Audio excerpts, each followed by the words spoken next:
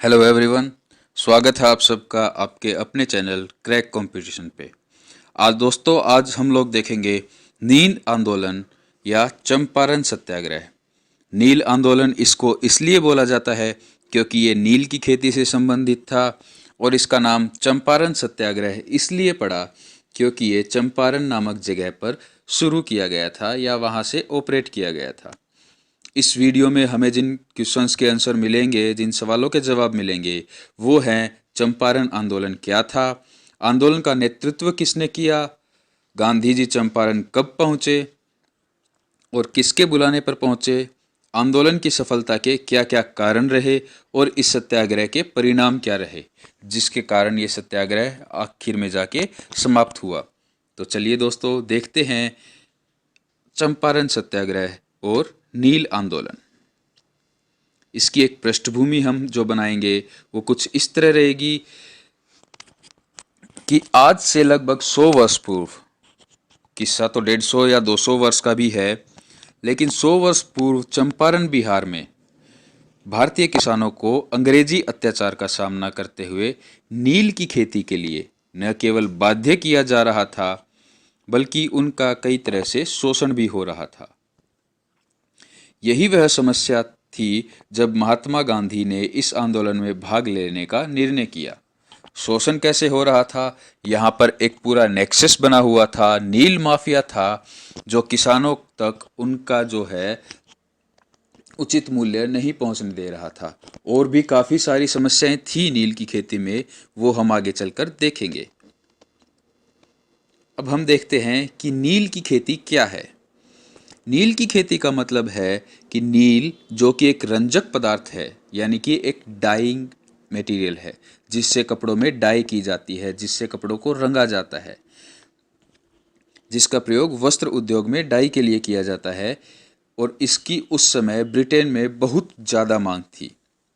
कुछ समय बाद सिंथेटिक डाई आ गई थी, जिसकी वजह से ये जो है पूरी खेती, ये काम चौपट हो गया था। वो एक अलग बात है, लेकिन ये विद्रोह और आंदोलन होने से पहले की बात की जा रही है, जब ब्रिटेन में इस नील की बहुत मांग थी। तो अंग्रेज़ों ने नील की खेती दक्षिण अफ्रीका में शुरू करवाई थी और उसके साथ फिर भारत में भी शुरू करवा दी थी, जिसके कारण भारतीय किसान जो कि अनाज और अन्य नकदी फसलें उगाने के अधिक इच्छुक थे, उनको नील की खेती के लिए बाध्य किया जा रहा था, जबरदस्ती की जा रही थी। उनके ऊपर ये थोपा जा रहा था कि वो नील की खेती करें। अब थोपा जा रहा था और किसान नील की खेती नहीं करना चाहते थे, तो हम ये भी रीज़न देख लेते हैं कि किसान नील की खेती क्यों नहीं करना चाहते थे। इसके पीछे महत्वपूर्ण और पहला कारण जो है वो है, नील की खेती के लिए उपजाऊ भूमि की ही आवश्यकता होती है। नील को कम उपजाऊ भूमि पर नहीं उगाया जा सकता।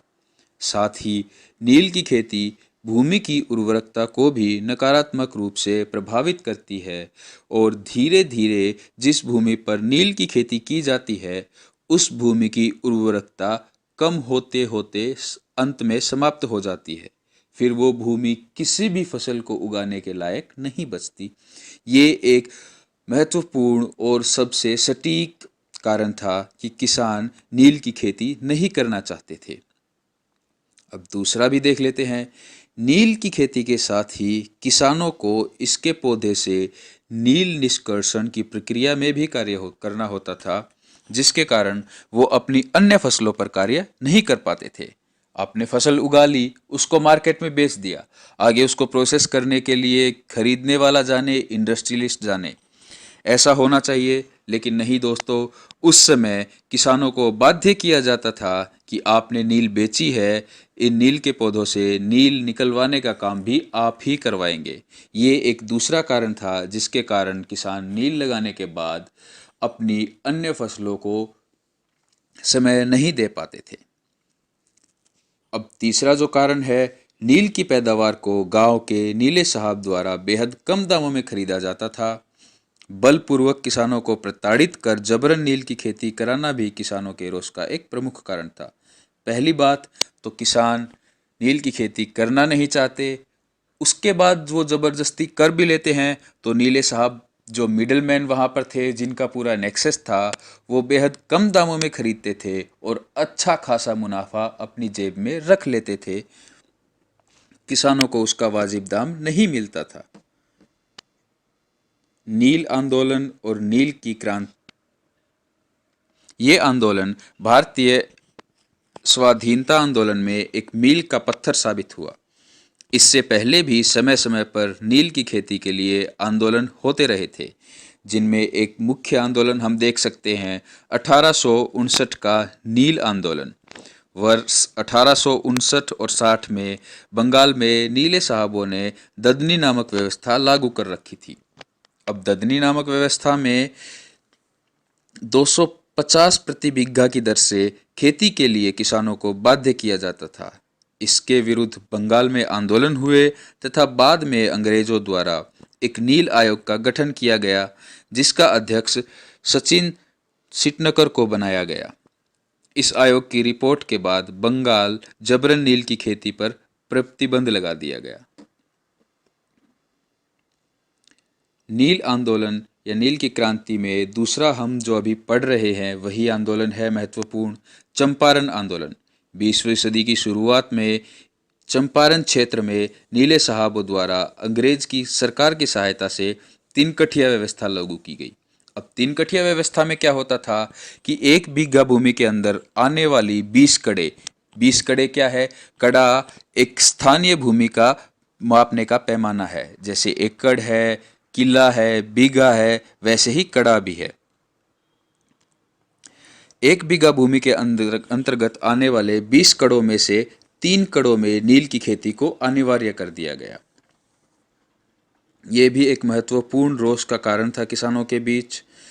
अब देखते हैं कि इस आंदोलन का नेतृत्व किसने किया था। चंपारण नील आंदोलन का नेतृत्व सबसे पहले पंडित राजकुमार शुक्ला द्वारा किया गया था। वो एक किसान थे और वो शोषण का शिकार हो चुके थे, इसलिए उन्होंने ये पहल की। उन्होंने इसके खिलाफ आवाज़ उठाना शुरू की और 1915 में महात्मा गांधी भारत आए तो उन्होंने देश में काफ़ी जगह दौरा किया। वो कलकत्ता गए, कानपुर गए, उन्होंने कुंभ मेला भी देखा, 1915 में ही देखा था, 15 में ही देखा था। कानून लखनऊ में भी मिले थे और लखनऊ में वे राजेंद्र प्रसाद से भी मिले थे। वहाँ वे कांग्रेस की जो वार्षिक सम्मेलन होता है उसमें शरीक हुए थे। उन्होंने चंपारण में हो रहे अत्याचार से अवगत कराया था। गांधी जी को चंपारण में हो रहे अत्याचार से पंडित राजकुमार शुक्ला ने अवगत कराया था और राजकुमार शुक्ला ने उन्हें चंपारण आकर इस आंदोलन में शामिल होने के लिए आमंत्रित किया था। इसके पीछे कारण था कि गांधी जी दक्षिण अफ्रीका में जब वो थे तो उन्होंने सत्याग्रह और आंदोलन से वहां पर काफ़ी कुछ सुधार कार्यक्रम किए थे। अब गांधी जी चंपारण आए कब? गांधी जी पंडित राजकुमार शुक्ला के आमंत्रण पर 10 अप्रैल 1917 को बांकीपुर पहुंचे और फिर मुजफ्फरपुर होते हुए 15 अप्रैल को 1917 को बिहार के चंपारण में पहुंचे। उस समय पे चंपारण बिहार का एक जिला हुआ करता था बिहार राज्य का, लेकिन अब चंपारण जो है 2 जिलों में बट गया है। 2 जिले हैं, पूर्वी चंपारण और पश्चिमी चंपारण। चंपारण साहित्य सत्याग्रह कब शुरू हुआ? चंपारण आंदोलन 19 अप्रैल 1917 को शुरू हुआ, जिसका नेतृत्व गांधी जी ने किया। नील की खेती के विद्रोह में चल रहे नील आंदोलन को जब गांधी जी ने बिहार के चंपारण से शुरू किया तो इसे चंपारण आंदोलन या चंपारण सत्याग्रह के नाम से जाना जाने लगा। गांधी जी को चंपारण के किसानों के साथ साथ बिहार के बड़े वकीलों का भी सहयोग प्राप्त हुआ। अब ये किस लिए हुआ? क्योंकि गांधी जी खुद एक वकील थे, तो बिहार के बड़े वकीलों का सहयोग उन्हें प्राप्त हुआ। गांधी जी ने बहुत सी जनसभाएं भी की और नीले साहबों के साथ कई बैठकें आयोजित की और इस बात की जानकारी वे अंग्रेज पदाधिकारियों को पत्र के माध्यम से देते रहते थे। यह आंदोलन कुल 1 वर्ष तक चला था तथा अंत में ब्रिटिश सरकार द्वारा एक जांच समिति गठित की गई। जिसमें गांधी जी को भी सदस्य बनाया गया। जो जांच कमेटी ब्रिटिश सरकार ने गठित की उसमें गांधी जी भी एक सदस्य के तौर पर शामिल थे, जिसके फलस्वरूप चंपारण कृषि अधिनियम 1918 बना। किसानों को नील की खेती की बाध्यता से मुक्ति मिल ही गई। इसके बाद अब देखते हैं कि इस सत्याग्रह की सफलता के क्या क्या प्रमुख कारण थे।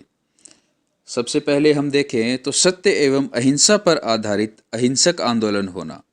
अगर यह आंदोलन हिंसक होता तो इसको देशद्रोह या अराजकता के नाम पर कुचल दिया जाता, इसका दमन कर दिया जाता। लेकिन गांधी जी ने ऐसा मौका नहीं दिया। गांधी जी के नेतृत्व में चलाया गया चंपारण आंदोलन शांतिपूर्ण और अहिंसक आंदोलन था, जिस कारण ब्रिटिश सरकार को उसका दमन कर पाना कठिन पड़ रहा था।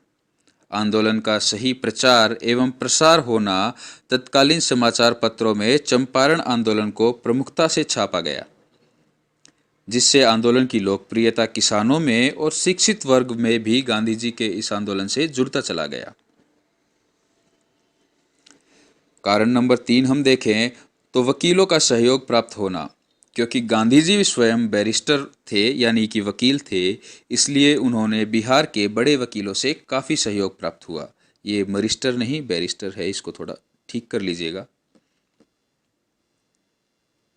अब देखते हैं चंपारण साहित्य के क्या क्या परिणाम रहे। किसानों को 3 कठिया व्यवस्था यानी नीले साहब एवं दमनकारी ब्रिटिश कृषि नीतियों से छुटकारा मिल गया। किसान अब नील की खेती करने के लिए बाध्य नहीं थे। अब किसान अपनी इच्छा अनुसार नकदी फसलों की कृषि को करने के लिए स्वतंत्र थे। विकास की प्रारंभिक पहल इस आंदोलन के दौरान गांधी जी भारतीयों को यह समझाने में सफल हुए कि स्वच्छता स्वतंत्रता से कहीं अधिक महत्वपूर्ण है। साथ ही चंपारण में पाठशाला, चिकित्सालय, खादी संस्था, आश्रम भी स्थापित किया, जिससे वहाँ का प्रारंभिक विकास हुआ। शिक्षा के लिए पाठशाला और अच्छे स्वास्थ्य के लिए चिकित्सालय, जो कि मूलभूत आवश्यकताएं हैं, ये उस वक्त गांधी जी ने वहाँ पे उनका विकास शुरू करवाया। गांधी जी के महात्मा बनने का सफ़र। इसी आंदोलन से मोहनदास करमचंद गांधी का महात्मा बनने का सफ़र भी शुरू हुआ। इस आंदोलन के आगमन के साथ ही उनका व्यक्तित्व मोहनदास करमचंद गांधी से महात्मा गांधी की तरफ अग्रसर हुआ।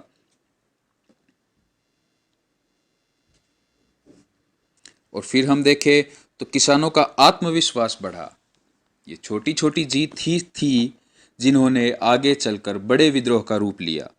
इस आंदोलन से पहले चंपारण के किसानों की मनोस्थिति आत्महत्या करने की हो चली थी, पर गांधी जी द्वारा संपादित इस सफल आंदोलन के बाद भारतीय किसानों का आत्मविश्वास बढ़ा और उन्हें सत्याग्रह एवं एकता की शक्ति का आभास हुआ। स्वतंत्रता आंदोलन में सहायक। चंपारण आंदोलन में सत्याग्रह का भारत के राष्ट्रीय स्तर पर प्रथम प्रयोग सफल रहा। ये गांधी जी का भारत लौटने के बाद पहला सत्याग्रह था चंपारण। इसमें उन्होंने कोई भूख हड़ताल नहीं की। भूख हड़ताल से रिलेटेड अगर पूछा जाए पेपर में तो अहमदाबाद मील मजदूर आंदोलन जो गांधी जी ने किया था, इसके जस्ट बाद वहाँ पे वो भूख हड़ताल पर बैठे थे, यानी कि आमरण अनशन पर बैठे थे। लेकिन यहाँ पर चंपारण में इसकी नौबत नहीं आई। चंपारण आंदोलन में सत्याग्रह का भारत के राष्ट्रीय स्तर पर प्रथम प्रयोग सफल रहा। अहिंसक होने के कारण ब्रिटिश सरकार को भी इसके आगे झुकना पड़ा। यह भारतीय स्वतंत्रता आंदोलन में एक मील का पत्थर साबित हुआ। यह माना जाने लगा कि अगर एकता के साथ सत्याग्रह किया जाए तो अंग्रेजों को भारत छोड़ने के लिए विवश किया जा सकता है। इस लेक्चर में बस इतना ही। अगर वीडियो अच्छी लगी हो तो लाइक करें, कमेंट करके कोई कमी रही हो तो वो बताएं, या फिर कोई सुझाव हो वो भी दें। अपने दोस्तों के साथ शेयर जरूर करें और चैनल को सब्सक्राइब जरूर करें, बेल आइकन प्रेस करें मेरे साथ बने रहने के लिए। धन्यवाद।